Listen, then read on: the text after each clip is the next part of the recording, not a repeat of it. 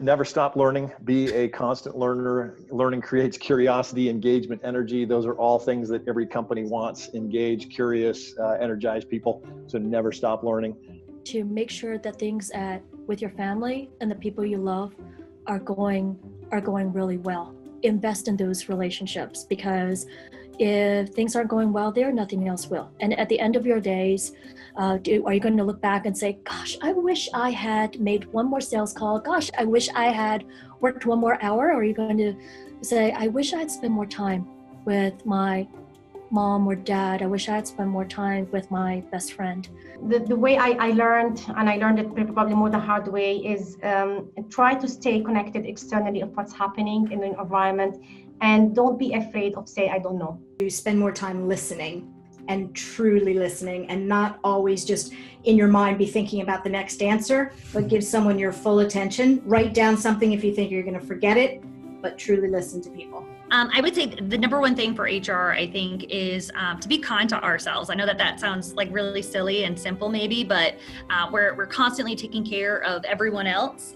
And then I sometimes feel maybe HR, we take care of our own house when we can get to it. And so I think it's really important that we take care of ourselves, enjoy our successes, take time out for ourselves as HR to do team building, and just foster that positive environment, because they're really setting the tone throughout the organization. Understanding the difference between a leader and a manager.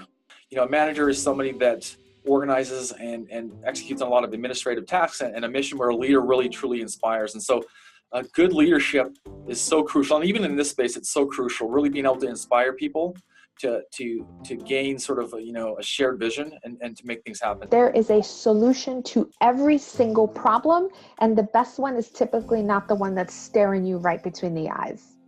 Numbers come and go, but feelings are forever. So if you are part of some project or some initiative and the numbers look great and it seems like it makes sense and the ROI is fine and all the justification stuff is peachy, but it is going to in some way impact either the morale or the dignity or any of that stuff of your employees, then take another look, because you can get numbers in other ways. But the first time that you make a person feel like a number, or that they are not treated with dignity or respect, you have probably lost them forever. Numbers come and go, but feelings are forever. Find your passion inside your job.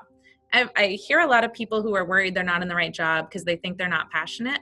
I bet there is something in your job that you are passionate about. I bet there is the thing that you're the one everybody goes to. I bet there's the thing that it just drives you crazy when somebody does it wrong.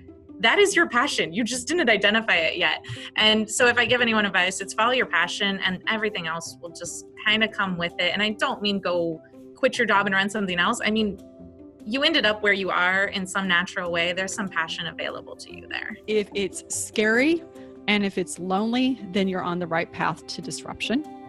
Self-evident. But I think, when you're a disruptor, you're playing where no one else is playing. So if you're ever feeling scared and lonely, then keep going. Be that change effort. Always challenge yourself.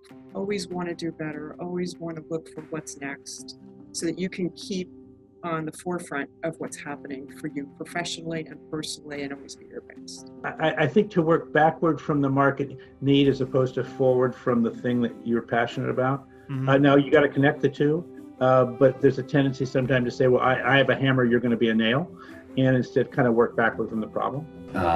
Learn the business as an HR firm, know the business and give everything you have. I still believe this, that to be successful, you still want to be like the hardest working person, and that nobody can look at you and say that anybody else works harder than you do. Thanks for watching, guys. If you enjoyed the video, please like, comment, and share so that others can benefit from the great knowledge and experience. See you tomorrow.